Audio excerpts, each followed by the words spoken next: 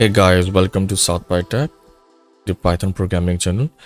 और आज हम जो है बेसिकली डेटा फ्रेम्स के बारे में पढ़ेंगे, जैसा कि हमने डिस्कस किया था अपनी लास्ट वीडियो में कि डेटा स्ट्रक्चर्स और जो हम बेसिक्स पढ़ते हैं प्रोग्रामिंग, तो उसमें थोड़ा फ़र्क आता है। यानी कि डेटा स्ट्रक्चर्स में आप जो है वो डेटा के ऊपर काम करते हैं, एक्सेल फाइल रीड करते हैं, ठीक है, और उसको डाटा एनालिसिस, डाटा मैनिपुलेट करते हैं। सो इन दिस वीडियो आज हम इस वीडियो में जो है वो डेटा फ्रेम्स के बारे में पढ़ेंगे कि किस तरह डेटा फ्रेम्स को एनालाइज किया जाता है, डेटा फ्रेम्स क्या होते हैं, कितने डायमेंशन होते हैं, और डेटा फ्रेम्स जो है वो बेसिकली जब यूज़ करते हैं तो कौन कौन सी लाइब्रेरीज़ हैं जो हम पाइथन में इंपोर्ट करके उसको यूज़ कर सकते हैं। So what we are learning today we are learning about the basics of pandas library and understanding the handling of data by generating data into rows and columns by means of series and list, and then converting them into data frames. We will also understand how to add, delete the columns and rename it as well. तो आज की जो video session है, जो आज का जो हमारा ट्यूटोरियल है, वो बेसिकली जब हम डाटा फ्रेम्स के बारे में पढ़ते हैं तो वही मैंने कहा कि pandas लाइब्रेरी आपको यूज़ करनी पड़ती है। pandas जो है वो एक ऐसी लाइब्रेरी है जो आपको डाटा के साथ जो है उसके मेथड्स हैं, उसके एट्रीब्यूट्स हैं, जिसमें हम ऐड, डिलीट, सब्ट्रैक्ट, ऐड मतलब कॉलम्स और रोज़ जो एक्सेल फाइल होती हैं उसके साथ इजीली उसको मैनिपुलेट कर सकते हैं और डाटा के साथ खेल सकते हैं। तो हम इसे डाटा हैंडलिंग कहते हैं, ठीक है। इसमें अब दो चीज़ें आती हैं, सीरीज़ और लिस्ट, क्योंकि जब आप डाटा इंपोर्ट करते हैं तो वो एक कॉलम्स की शक्ल में होता है, रोज़ में होता है, ठीक है ना। तो डिफरेंट शेप्स होते हैं, तो हम उसको सीरीज़ और लिस्ट में जो है वो सेग्रीगेट करते हैं। फिर उसको जब वो डाटा कंपाइल हो जाता है तो देन हम उसको डाटा फ्रेम में लेकर आते हैं, उसको डिस्प्ले करवाते हैं, व्यू करवाते हैं और फिर एक्सेल फाइल में इंपोर्ट कराते हैं। लेकिन इससे पहले कि हम एक्सेल फाइल में जाएं, हमें थोड़े डाटा फ्रेम के एट्रीब्यूट समझने बहुत ज़रूरी हैं, ठीक है। डाटा फ्रेम क्या होते हैं, इनमें कौन से मेथड्स होते हैं, कौन से एट्रीब्यूट होते हैं, किस तरह डिलीट करते हैं कॉलम्स, किस तरह ऐड करते हैं और रीनेम वगैरह, ठीक है।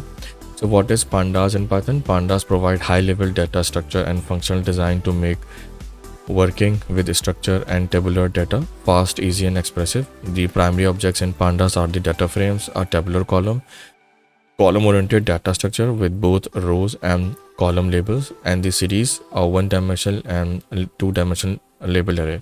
तो यहाँ पे जो है pandas लाइब्रेरी जब इंपोर्ट करेंगे तो pandas लाइब्रेरी हमें अलाउ करता है कि आप फाइल को रीड करें, राइट करें। इवन अगर आप फाइल इंपोर्ट नहीं कर रहे हैं, अगर आपके पास कोई रॉ डाटा है, आप अपना डाटा फ्रेम खुद डिज़ाइन करना चाहते हैं, तो आप उसको वन डायमेंशनल और टू डायमेंशनल एरेज में, ठीक है, चाहे वो टेबुलर फॉर्म में हो, चाहे वो स्ट्रिंग फॉर्मेट में हो, और आप जो है इसमें कॉलम ओरिएंटेड यानी कि आप उसको ट्रांसपोज वगैरह भी कर सकते हैं, रोज़ में भी ला सकते हैं। और जैसे कि मैंने कहा सीरीज़ और लिस्ट में भी होता है, तो हम ये भी समझेंगे कि क्या चीज़ होती है सीरीज़ और लिस्ट। तो हम उसे सबको डिफ्रेंशिएट आगे जाके इस वीडियो में करेंगे और समझेंगे। तो आज की वीडियो जो बिल्कुल बेसिक्स होने वाली है डाटा फ्रेम्स के ऊपर, और किस तरह हम लोग जो है ना pandas लाइब्रेरी को बेहतर तरीके से जुपिटर नोटबुक में और पाइथन में यूज़ कर सकते हैं। तो what can you do with data frame using pandas? हम pandas लाइब्रेरी को इंपोर्ट करने के बाद डाटा फ्रेम के साथ कहाँ का यूज़ कर सकते हैं, क्या क्या ऐसे हो सकता है। pandas make it simple to do many of time consuming repetitive task associated with the work with data including, यानी कि जो आप डेली रूटीन बेस पे काम करते हैं एक्सेल फाइल पे, और मतलब एक सिमिलर काम है वो बार बार रिपीट हो रहा है, आप उसको काफ़ी डाटा आता है, आप उसको क्लीन करते हैं, ठीक है, डाटा मसाजिंग है, डाटा मैनिपुलेशन है, एनालिसिस है। तो पाइथन pandas की लाइब्रेरी ऐसी है कि वो आपको डेली बेसिस पे इतनी स्ट्रगल मेहनत नहीं करनी पड़ती, आप उसको ऑटोमेट कर सकते हैं और वो आपको काम को आसान कर सकता है। तो इसमें क्या क्या चीज़ें इंक्लूड हैं, जिसमें डाटा क्लींजिंग है, डाटा फिल है, डाटा नॉर्मलाइजेशन है, मर्जर्स एंड जॉइंस हैं, यानी कि दो डाटा को आपस में दूसरे टेबल को मिलाना, डाटा विजुअलाइजेशन यानी कि जो रिपोर्ट है आपकी डैशबोर्ड रिपोर्ट है, इसमें ग्राफ चार्ट्स वगैरह आ रहे हो, स्टैटिकल एनालिसिस है यानी कि उसमें कितना परसेंटाइल है, ठीक है, और जितनी भी डिस्क्रिप्टिव कटोसिस वगैरह और जितनी भी एनालिसिस है उसकी डिस्क्रिप्टिव है, स्टैटिक एनालिसिस, वो सब आपको यहाँ पे देगा। डाटा इंस्पेक्शन है, आपको डाटा एक्यूरेसी बताएगा कि डाटा में कितनी गलतियाँ, डाटा चेक्स वगैरह हैं। लोडिंग है उसके बाद, ठीक है, और आपको जो है वो सेव करके भी देगा डाटा, और इसके अलावा बहुत सारी चीज़ें भी हैं। तो डाटा फ्रेम्स क्या है? Data frames is a two-dimensional labeled data structure with columns of potentially different types You can think of it like a spreadsheet or SQL table or a dictionary of series object. It is generally the most common used pandas object like series data frame accept many different kinds of input. जैसा कि मैंने कहा कि pandas library जो है वो basically आपको allow करती है कि डाटा फ्रेम आप कंस्ट्रक्ट करें। तो वो जो है वो 1 डायमेंशनल भी होता है, 2 डायमेंशनल भी होता है। 2 डायमेंशन में आपके पास लेबल आता है, डाटा स्ट्रक्चर विद कॉलम और डिफरेंट टाइप्स के स्ट्रिंग वेरिएबल्स होते हैं, न्यूमेरिक भी होती हैं, टैबुलर डाटा भी होता है। इसकी सबसे अच्छी एग्जांपल जो है वो एक्सेल स्प्रेडशीट है और एसक्यूएल टेबल है, अगर आपने वो यूज़ किया उससे पहले, ठीक है। इसमें dictionary of 1 dimension ND arrays हम पढ़ेंगे, न्यूमेरिकल डायमेंशनल अरेज हैं। इसमें लेस डिक्शनरी सीरीज़ आती हैं। 2 डायमेंशनल नंपाई लाइब्रेरी हम उसको भी इंपोर्ट करेंगे। नंपाई लाइब्रेरी बेसिकली आपको अलाउ करती है कि आप इसमें मैथमेटिकल ऑपरेशन अप्लाई करें, जिसमें हमारे पास बहुत सारे ज्योमेट्रिकल फार्मूलाज आते हैं। सरकमफेरेंस, रेडियस, स्क्वायर रूट का फार्मूला आता है, पाई आर स्क्वायर के फार्मूला ऑलरेडी बिल्ड इन होते हैं इसके अंदर, नंपाई के अंदर, ठीक है। इसी तरह स्ट्रक्चर और रिकॉर्ड एनडी अरे, सीरीज़ अरे है, और इस तरह अनदर डाटा फ्रेम। तो हम ये सब चीज़ें इस वीडियो में आके समझेंगे। ये पिक्चर आपको दिखा रही है कि डाटा फ्रेम बेसिकली किस तरह होता है। ये आपको नॉर्मली एक्सेल फाइल है, आपके पास रोज़ होती हैं, तो रोज़ में आपके पास जो है वो डाटा आता है, और जो इस पहला कॉलम होता है जो हाईलाइटेड है वो इंडेक्स होता है, उसमें सीरियल नंबर आता है या कोई भी यूनिक आईडी होती है यहाँ पे आती है। स्टार्टिंग का जो कॉलम के हेडर्स हैं वहाँ पे बेसिकली कॉलम्स आते हैं, उनके हेडर्स होते हैं कि वो कॉलम क्या किसको रिप्रेजेंट करता है, उसका क्या टाइटल है और क्या नहीं है, ठीक है। तो ये बेसिकली डाटा फ्रेम है, सिंपल ये रिप्रेजेंट करता है एक्सेल फाइल को या एसक्यूएल फाइल को। ओके, अब क्या है कि अब आप जो है वो डिक्शनरी बेसिकली हम जो है यहाँ से ना इंपोर्ट करेंगे पांडास लाइब्रेरी को, और जो 2 लाइब्रेरी हमने डिस्कस करी हैं, इंपोर्ट पांडास और नंपाई, पांडास लाइब्रेरी को हम इंपोर्ट कर रहे हैं और उसको हम उसका जो एलियास है वो यहाँ पे असाइन कर रहे हैं एज अ पीडी, ठीक है। हम मतलब पूरा पांडास लिखने की ज़रूरत नहीं है, उसका जो हम एलियास हम लोग जो असाइन कर रहे हैं वो पीडी है, और नंपाई हम भी यहाँ इंपोर्ट कर रहे हैं नंपाई एज एनपी, तो हम यहाँ पे एनपी लिखेंगे इन शॉर्ट फॉर्म। तो आपने कोई भी लाइब्रेरी, कोई भी मैथमेटिकल ऑपरेशन परफॉर्म करना है, डाटा फ्रेम बनाना है, तो ये 2 बेसिक लाइब्रेरी हैं, पांडास और नंपाई, जो आपने इंपोर्ट करनी है। Import pandas as PD and import NumPy as NP. तो ये बेसिकली आपने यहाँ पे इंपोर्ट करनी है। अगर आपने ये बेसिकली उस टाइम इंपोर्ट होगी जब आपने इनकी इंस्टॉलेशन मॉड्यूल अपने पाइथन में किया होगा। तो अगर आपने नहीं किया हुआ तो उसकी कमांड होती है पिप इंस्टॉल पांडास, ठीक है। ये आपने कहाँ पे लिखना होता है, ये कमांड आपने लिखनी होती है जब आप पाइचार्म में जाते हैं। पाइचार्म की टर्मिनल विंडो में आप खुलेंगे, ठीक है, और यहाँ पे लिखेंगे pip पिप इंस्टॉल पांडास, ठीक है। तो इस तरह यहाँ पे आप एंटर कर देंगे। मेरे पास यहाँ पे ऑलरेडी इंस्टॉल है तो मैं एंटर नहीं कर रहा, वहाँ पे मेरे पास लिखा है रिक्वायरमेंट ऑलरेडी सेटिस्फाइड। तो ये आपको इंस्टॉल करनी पड़ती है, उसके बाद जो है ना आप इंपोर्ट करते हैं। तो इसको रन करते हैं और एग्जीक्यूट करते हैं इस कमांड को, राइट। तो ये स्टैटिक है, जब ये एग्जीक्यूट जाएगा इसका मतलब है जब 1 लिखाएगा तो ये इंपोर्ट हो गया, राइट। अब ये एग्जीक्यूट हो गया। अच्छा, अब यहाँ पे हमने क्या किया, बेसिकली ये हमने यहाँ पे एक डाटा फ्रेम बनाया हुआ है, ठीक है। डाटा फ्रेम बनाया हुआ है किस तरह, कि या तो हम सीरीज से बना सकते हैं या डिक्शनरी से। तो हुआ क्या है कि जब हम कर्ली ब्रैकेट रिप्रेजेंट करते हैं, कर्ली ब्रैकेट बनाते हैं, तो हम रिप्रेजेंट करते हैं कि ये हमारी डिक्शनरी है। डिक्शनरी के अंदर 2 डाटा फ्रेम है। जब ये इन्वर्टेड कॉमास के अंदर ऊपर आ रहे हैं तो ये कॉलम नेम है 1, ठीक है। ये रिप्रेजेंट करता है एक सीरीज़, इसके अंदर जो वैल्यूज़ आ रही होंगी वो आ रही होंगी 1 2 3, ये फ्लोट फॉर्मेट में, और हम इसका जो इंडेक्स है, जो पहला कॉलम आएगा वो ABC आएगा, ठीक है। इसी तरह दूसरा कॉलम का हेडर है वो 2 है, और इसके अंदर जो वैल्यूज़ आ रही हैं उस कॉलम के अंदर वो 1 2 3 4 आएंगे फ्लोट फॉर्मेट में, और उसका इंडेक्स लेबलिंग है। अब आप यहाँ देख रहे होंगे कि हमने बड़े अच्छे अंदाज में कॉलम का हेडर दिया इन्वर्टेड कॉमास के ऊपर, वो स्ट्रिंग में हमने यहाँ पे जो है पैरेंथेसिस यूज़ करा है इन डबल कोटेशन। अब पीडी पांडास को यहाँ पे इंपोर्ट किया है। यहाँ पे सीरीज़ जो आपकी जनरेट होगी, बेसिकली आपको पांडास लाइब्रेरी की हेल्प चाहिए होगी, यानी कि पांडास लाइब्रेरी को सपोर्ट कर दिया। सीरीज़ का फंक्शन पांडास लाइब्रेरी के बगैर नहीं चलेगा। तो आपने यहाँ पे पांडास डॉट सीरीज़ आपने प्रॉपर राउंड ब्रैकेट ओपन करे, उसके अंदर आपने मल्टीपल वैल्यूज इंसर्ट करी है, कॉमा दिया। यहाँ पे हमने सीरीज़ का जो है वो एक एट्रीब्यूट यूज़ करना है हम यहाँ पे, और इंडेक्स की लेबलिंग देनी है स्क्वायर ब्रैकेट के अंदर A B and C। जब भी आप कोई मल्टीपल वैल्यूज़ डालते हो तो आप स्क्वायर ब्रैकेट यूज़ करते हैं, इसी तरह हमने यहाँ पे भी स्क्वायर ब्रैकेट यूज़ करा है। ये राउंड ब्रेक है, यहाँ पे हमारा क्लोज हो रहा है। इसी तरह ये पहला कॉलम था 1 के लिए, यहाँ पे हमने कॉमा दिया, उसके बाद हमने 2 का हेडर डाला, पैरेंथेसिस दिया, और यहाँ पे हमने पीडी लाइब्रेरी और सीरीज़ दोबारा लिखी है। ओके, तो यहाँ पे हमने देखना कि जब हमने 3 वैल्यूज़ लिखी तो हमने इंडेक्स पे ABC लिखी है, तो पहले कॉलम में D नहीं है। जब हमने यहाँ पे ABCD दिया, यानी कि जब इंडेक्स लेबलिंग करी, तो यहाँ पे 1 2 3 4 हमें जूम करना है। जब हम इसको एग्जीक्यूट करेंगे ना, तो इंडेक्स में जो है वो D का NN आएगा, यानी कि 1 में। तो इसको एग्जीक्यूट करते हैं, देखते हैं किस तरह हमारे पास ये डाटा फ्रेम बनता है, किस तरह शो होता है। और हमने इस पूरे जो डिक्शनरी है इसको हमने असाइन किया एक वेरिएबल D के अंदर। सो लेट्स रन एग्जीक्यूट, और ये एग्जीक्यूट हो गया। हम D को डिस्प्ले करते हैं।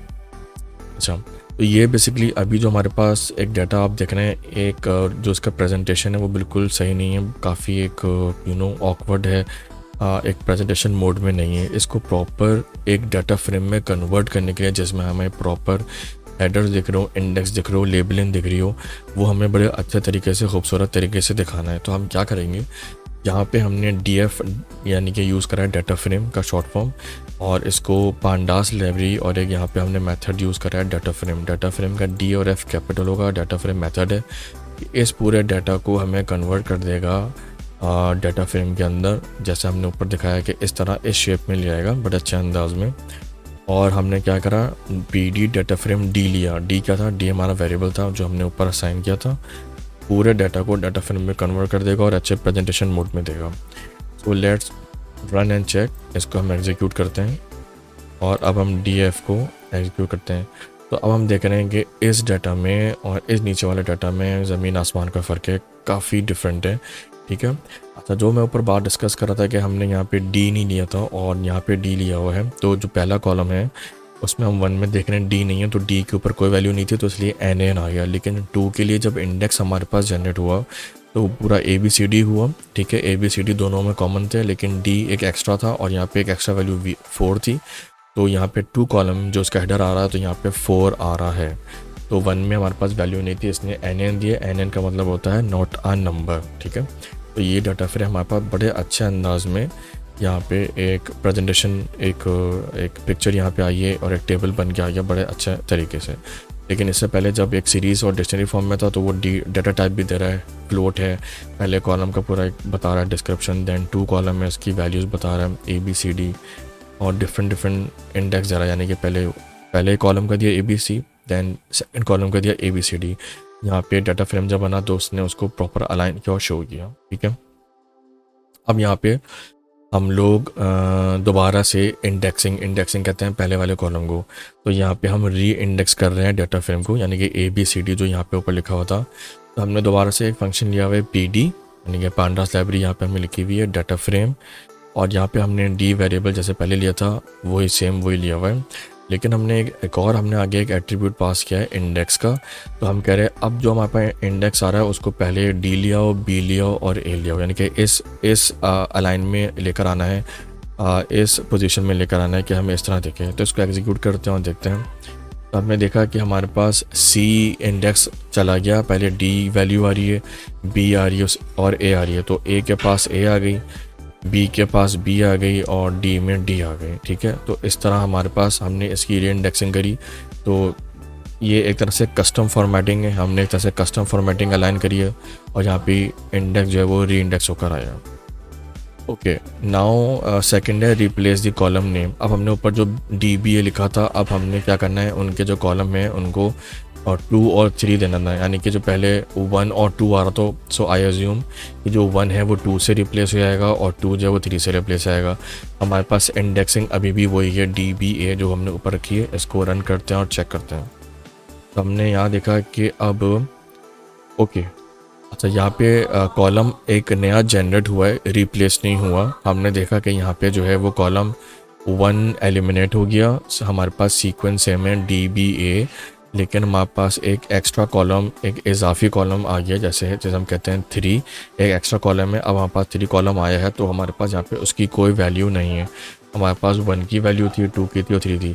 अगर मैं यहाँ पे क्या करता हूँ कि दोबारा से 1 लिखता हूँ, देखते हैं कि क्या पता 1 की वैल्यू आ जाए। इसको दोबारा एग्जीक्यूट करते हैं, देखते हैं। तो अब देख रहे हैं कि हम यहाँ पे 1 का कॉलम आ गया, ठीक है, 2 आ गया और एक 3 जो हमने यहाँ पे नया एक कॉलम लिखा था तो यहाँ पे 3 आ गया। अब 3 की वैल्यूज़ हमारे पास नहीं है, सो दैट्स वाई यहाँ पे जो है वो सिर्फ 2 और 3 यानी कि 2 की वैल्यूज़ आएंगी और 3 की नहीं आएंगी, क्योंकि 3 की वैल्यूज़ हमने ऊपर डाटा फ्रेम में यहाँ पे कहीं नहीं ली, ठीक है। तो हमने यहाँ सिर्फ 2 कॉलम लिए थे 1 और 2। ओके, सो अब यहाँ पे क्या बता रहे हैं, the row and column labels can be access respectively by accessing the index and column attribute. अब यहाँ पे हम अगर किसी कॉलम की या डाटा फ्रेम के इंडेक्स जानना चाहते हैं, हमें नहीं पता, बहुत बड़ा डाटा है, तो हम लोग सिंपल इसका एक एट्रीब्यूट है DF, यानी कि जो हमारा डाटा फ्रेम ऊपर चल रहा है DF, इसके इंडेक्स देखना चाहते हैं। अब ये DF जो ये हमारा स्टार्टिंग का DF है, हमने यहाँ पे असाइन किया था, ठीक है, यहाँ पे तो ये हमारे ABCD आ जाएंगे। तो let's run and check DF index, हमारे पास आ गया इंडेक्स ABCD। तो DF हमने जो पहले असाइन किया था यहाँ पे इसके इंडेक्स ABCD थे, तो यहाँ पे हमारे पास इसकी वैल्यूज़ आ गई। अब हम कॉलम नेम जानना चाहते हैं, तो हमारे पास जो इनिशियल कॉलम थे DF के वो 1 और 2 थे, तो हमारे पास डाटा फ्रेम जो D है बेसिकली डाटा फ्रेम हमने यहाँ बनाया था इस स्टेप पे, ये वाला स्टेप, ठीक है। तो 2 कॉलम नेम्स आएंगे 1 और 2, इसको हम रन करते हैं DF डॉट कॉलम्स और देखते हैं तो हमारे पास 1 और 2 आ गए। डाटा टाइप ऑब्जेक्ट है, इसके ऊपर भी डाटा टाइप ऑब्जेक्ट है। अब ये कह रहे हैं एक और आया फ्रॉम अ लिस्ट। अच्छा, लिस्ट जब आती है तो हम देख रहे हैं लिस्ट जो है वो स्क्वायर ब्रैकेट से स्टार्ट होती है। अब लिस्ट के अंदर हमने 2 वैल्यूज़ ली हुई हैं, यानी कि A B तो हम देखते हैं कि ये लिस्ट किस तरह रिप्रेजेंट करती है। मैं ये जूम कर रहा हूँ कि ये इंडेक्स है A और ये इंडेक्स B है, इसकी वैल्यू पहले की 1 है और इसकी 2 है, इसकी वैल्यू 5 है, 10 और C है, और हमने इसको असाइन किया है डाटा 2 से। तो लिस्ट हमारे पास स्टार्ट हो रही है स्क्वायर ब्रैकेट से और डिक्शनरी जो आती है वो कर्ली ब्रैकेट स्टार्ट होती है। तो यानी कि लिस्ट के अंदर डिक्शनरी है, from a list of dictionaries. तो दो डिक्शनरीज हैं, यानी कि एक ये है और एक ये, और इसकी जो निशानी वो ये है कि ये कर्ली ब्रैकेट से स्टार्ट होती है। तो लेट्स एग्जीक्यूट एंड चेक कि ये हमारे पास किस तरह दिखती है। तो ये एक इस तरह से आ गई है, लेकिन ये डाटा फ्रेम में कन्वर्ट नहीं है। हम इसको डाटा फ्रेम में लेकर आते हैं और चेक करते हैं। तो हमने PD डाटा फ्रेम जिस तरह पहले लिखा था और डाटा 2 को अंदर असाइन किया और इसको एग्जीक्यूट करते हैं तो हमारे पास किस तरह है। ओके, तो बेसिकली हम जो पहले अज्यूम कर रहे थे कि हमारे पास इंडेक्स होंगे AB ABC, लेकिन ये इंडेक्स नहीं है। इंडेक्स ऑटो जनरेट हुए हैं 0 और 1, और ऊपर जो जनरेट हुए हैं वो हुए हैं कॉलम नेम ABC। तो A ये कॉलम नेम था, इसका जो वैल्यू आई 1 आई, ये 0 इंडेक्स पर आई।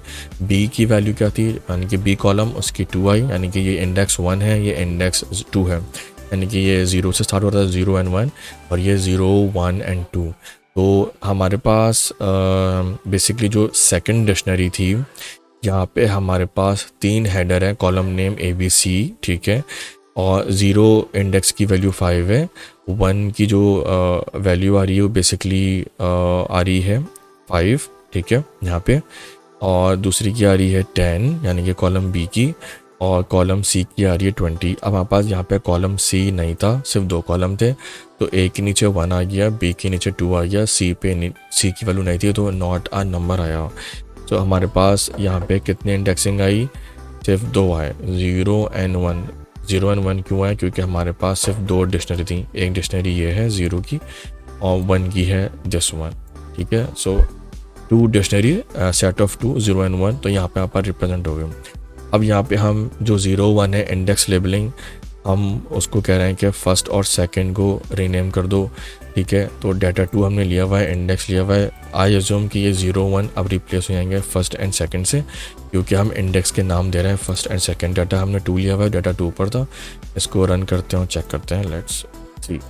तो डाटा फ्रेम अब हमारे पास 0 और 1 भी रिप्लेस हो गए फर्स्ट और सेकंड से ओवर हेयर, ठीक है।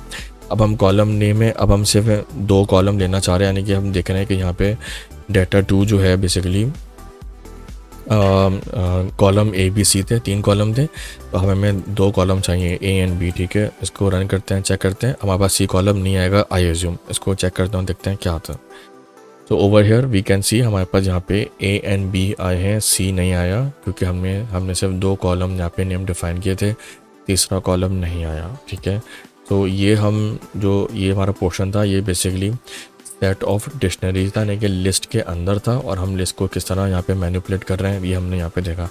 इससे पहले हम डिक्शनरी को देख रहे थे, डिक्शनरी कर्ली ब्रैकेट से स्टार्ट हुई थी, हमने यहाँ पे किस तरह लेबलिंग की, एक सीरीज़ जनरेट करवाई और यहाँ पे दिया।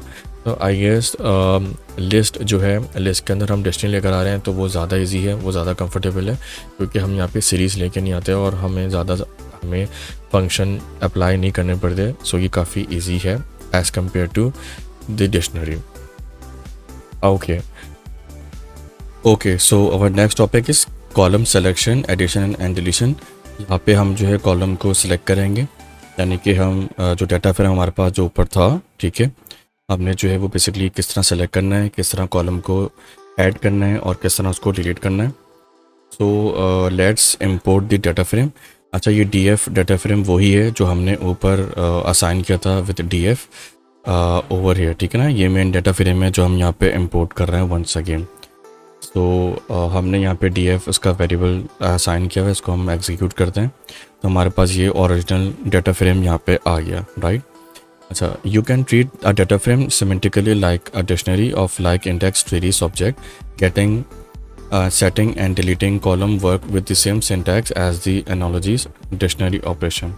ठीक है, यहाँ पे ये बता रहे हैं कि सिंपल यहाँ पे जिस तरह मैथमेटिकल ऑपरेशंस करते हैं हम लोग, यहाँ पे बहुत ही सिंपल तरीके से कॉलम को, एक नए कॉलम को जनरेट करेंगे और जो कॉलम हमें व्यू करवाना है वो भी हम व्यू करवाएंगे। ठीक है, किस तरह कॉलम नया जनरेट होता है और हम उस कॉलम में किस तरह वैल्यूज़ लेकर आते हैं, तो वो यहाँ पे हम सीखेंगे।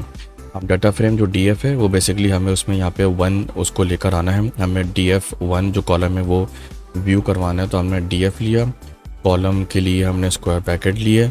यहाँ पे कंफ्यूज मत होइएगा कि लिस्ट है डिक्शनरी है, ठीक है, यहाँ पे एट्रीब्यूट डिफरेंट है, यहाँ पे एट्रीब्यूट पांडास यानी कि जो डाटा फ्रेम है उसका एट्रीब्यूट है। तो DF represent the data frame और ये जो 1 है कॉलम नेम है, और हमें पहला कॉलम उसको हमने एक स्क्वायर ब्रैकेट के अंदर अलाइन किया है, तो ये उसको डिनोट करता है। So let's run and check.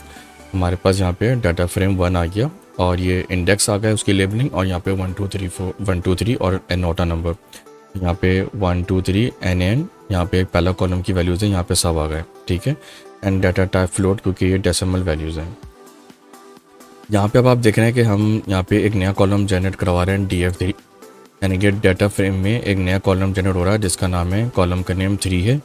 उस कॉलम में हम कॉलम 1 और 2 को मल्टीप्लाई करवा रहे हैं, यानी कि 1 2 मल्टीप्लाई होके जो आंसर आएगा वो डाटा फ्रेम 3 में आएगा, तो उसका हेडर 3 होगा। तो 1 मल्टीप्लाई बाय 1 तो 1 आएगा, 2 मल्टीप्लाई बाय 2 4, 3 मल्टीप्लाई बाय 3 9, और not a number multiply by 4 तो नॉट अ नंबर, यानी कि कोई नंबर नहीं तो 4 ही आएगा, यहाँ पे नॉट अ नंबर आया हुआ है NAN है, ठीक है। तो हम जब इसको एग्जीक्यूट करेंगे देखेंगे कि हमारे पास एक नया कॉलम जनरेट होगा जिसका नाम होगा DF3, और उसमें हमारे पास 2 कॉलम के मल्टीप्लाई वाली वैल्यू जो मल्टीप्लाई हो रहे हैं 2 कॉलम के, वो वहाँ पे वैल्यू आएगी। तो लेट्स एग्जीक्यूट एंड चेक, और हम यहाँ पे दोबारा देखेंगे कि किस तरह डाटा फ्रेम आता है। तो यहाँ पे हम देख रहे हैं थर्ड कॉलम यानी कि 3 कॉलम जनरेट हुआ जैसा हमने यहाँ पे जनरेट करवाया था। यहाँ पे मल्टीप्लिकेशन हो रही है, 1 1 ज़ा 1, 2 2 ज़ा 4, 3 3 ज़ा 9, और जैसा कि हमने हमारी अंडरस्टैंडिंग ये थी कि नोटा नंबर जब 4 से मल्टीप्लाई होगा तो नोटा नंबर आएगा, तो यहाँ पे वही हुआ कि NAN आया, बिल्कुल ठीक है। इसी तरह हम लोग यहाँ पे कह रहे हैं कि हमें DF कॉलम की जो वैल्यूज़ हैं, जो नंबर आ रहे हैं वो सिर्फ वैल्यूज़ या वो सिर्फ आप शो करें, वो डाटा फ्रेम हमें शो करें, या फिर यहाँ पे जो बूलियन ऑपरेशन होता है ट्रू एंड फॉल्स का, तो ट्रू एंड फॉल्स का यहाँ पे हमें बूलियन ऑपरेशन करके दिखाना है कि वो वैल्यू जो कॉलम 1 में 2 के बराबर हैं या उससे बड़ी हैं तो वो ट्रू करे, वरना वो फॉल्स कर दे, ठीक है। तो ये हमने कॉलम का नाम दिया है DF फ्लैग, एक नया कॉलम जनरेट करवा रहे हैं, और हम डाटा फ्रेम यानी कि कॉलम 1 को चेक करेंगे, उसको एनालाइज करेंगे, जिसमें वैल्यूज़ 2 से बड़ी हैं या उसके बराबर हैं तो वहाँ पे ट्रू लेकर आ जाए। तो हम इसको रन करते हैं और चेक करते हैं कि हमने यहाँ पे एग्जीक्यूट हुआ, प्रॉपर एग्जीक्यूट हो गया, नया डाटा फ्रेम लिखाते हैं DF। तो हम देखते हैं कि फ्लैग हमने रेस किया है, यहाँ पे बूलियन ऑपरेशन हो रहा है ट्रू एंड फॉल्स का, तो हमने देखा कि 2 जो इंडेक्स B था वहाँ पे 2 के बराबर वैल्यू थी कॉलम 1 की, जहाँ हमने असाइन किया हुआ है, ठीक है, और ये ट्रू है। और यहाँ पे हमने 3 लिया है, यानी कि 3 वैल्यू 2 से बड़ी है, तो यहाँ पे ट्रू आया, 2 बराबर है। अगर मैं इसको बराबर नहीं करूँगा ना तो यहाँ 2 फॉल्स हो जाएगा। So let's run and check once again. तो यहाँ पे फॉल्स हो गया क्योंकि हम ग्रेटर देन 2 की बात कर रहे हैं। ग्रेटर देन 2 कॉलम 1 में सिर्फ 3 है, तो इसलिए यहाँ पे ट्रू आया। अगर मैं यहाँ 1 लिखूँगा ना तो ये, बल्कि इज इक्वल्स टू करता हूँ तो ये सब में ट्रू आ जाएगा क्योंकि 1 बराबर है इसके, तो यहाँ ट्रू ट्रू और 3 तक ट्रू आएगा, लास्ट में फॉल्स आएगा। तो लेट्स रन एंड चेक।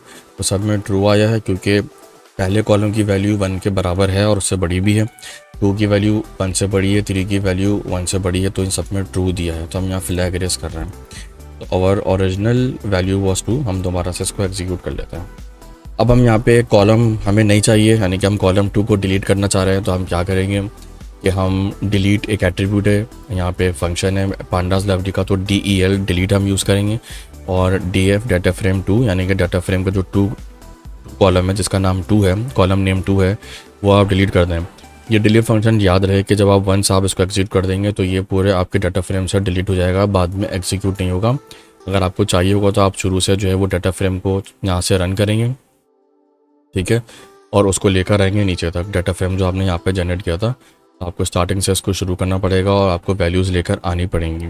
तो once you have executed this query, जब आप इसको एक बार चला देंगे तो फिर आपका कॉलम डिलीट हो जाएगा। तो इसको रन करते हैं DF2 और हम चेक करते हैं कैसा लगता है हमारा डाटा फ्रेम।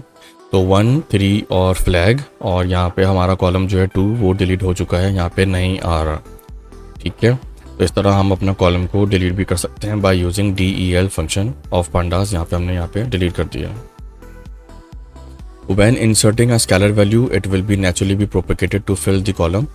अब हमने यहाँ पे कहा है कि कॉलम जनरेट करें जिसका नाम है FSD, ठीक है, और हम FSD ऐसी कोई भी अवेलेबल है, यहाँ पे आप कोई भी नाम दे सकते हैं, ठीक है।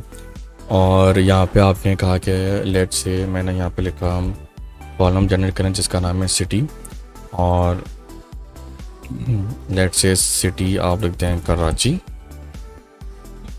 ठीक है।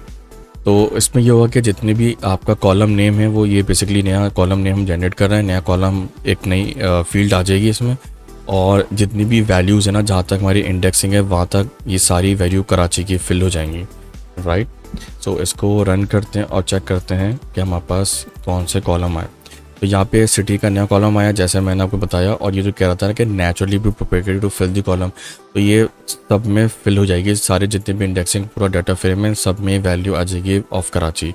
अगर मैं यहाँ पे एक कॉलम जनरेट करवाऊँ, लेट से कंट्री, और यहाँ पे मैं लिख दूँ पाकिस्तान, तो हमारे पास एक नया कॉलम आ जाएगा जिसमें सारी वैल्यू पाकिस्तान की आ जाएंगी। So let's execute and check. हमारे पास नया कॉलम आ गया कंट्री का जिसमें सारी वैल्यू पाकिस्तान की आ गई। तो हमारे पास नया डाटा फ्रेम बन गया और ये सारी वैल्यू खुद ही फिल हो जाती हैं। अगर हमें कोई नंबर डालने हो, सो लेट्स से मैंने लिखा 100, तो लेट्स चेक कि ये किस तरह आता है, किस तरह एग्जीक्यूट होता है। तो कंट्री में जितनी वैल्यूज थी पाकिस्तान की रिप्लेस हो गई और 100 के नेम्स आ गए। और अगर मैं इस कॉलम को अलग से नाम दे दूँ, यानी कि नंबर, तो मेरे ख्याल से नया कॉलम जनरेट हो जाएगा, कंट्री और नंबर का सेम हो जाएगा। तो एक नया कॉलम जनरेट हो गया नंबर के नेम से और यहाँ पे 100 आ गए, कंट्री का इंटेक्ट रहा, ठीक है। और अगर मैं यहाँ पे एक नई फील्ड ऐड करवाऊँ और कंट्री का डिलीट कराऊँ, तो DF स्क्वायर ब्रैकेट कंट्री, ठीक है, और इसको मैं डिलीट करता हूँ। तो फिर चेक करता हूँ किस तरह डिलीट हुआ। और इसी तरह मुझे डिलीट करना है, लेट्स से एक और नंबर डिलीट करना है, तो ये भी डिलीट हो जाएगा, ठीक है। So this how you can add, delete, multiply 2 columns. और कोई आपको कोई लॉजिकल ऑपरेशन लगाना है, कोई लॉजिकल कंडीशन लगाना है, वो भी आप कॉलम में लगा सकते हैं, वो आपको वहाँ पे आराम से आपके डाटा के बारे में बता देगा। तो you can also do scalar value, not only scalar value बल्कि आप न्यूमेरिकल वैल्यू भी यहाँ पे कर सकते हैं। Guys, this was all about this video. हम नेक्स्ट वीडियो में जो है वो रिवीजन करेंगे दोबारा से डाटा फ्रेम का, और मेथड्स पढ़ेंगे, कुछ और स्ट्रिंग वैल्यूज़ हैं, कुछ वैल्यूज़ हम ऐड करेंगे, इंडेक्सिंग के बारे में पढ़ेंगे, ठीक है, कुछ कंडीशंस अप्लाई करेंगे, नमपाई के बारे में हम पढ़ेंगे, एसेंशियल फंक्शनैलिटी के बारे में पढ़ेंगे, री इंडेक्सिंग के बारे में पढ़ेंगे, ठीक है ना।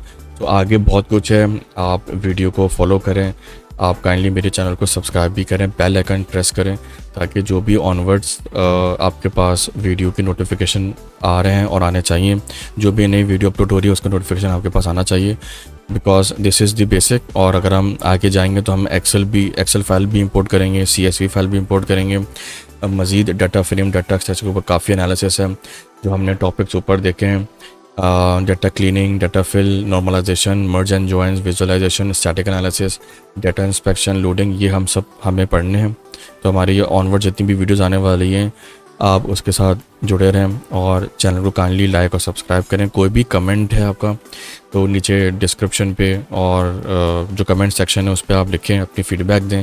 कोई भी क्वेश्चन है काइंडली डू कमेंट और ज़रूर बताएं अपनी फ़ीडबैक से। तो thank you guys, thanks for watching, hope have a good day, bye bye.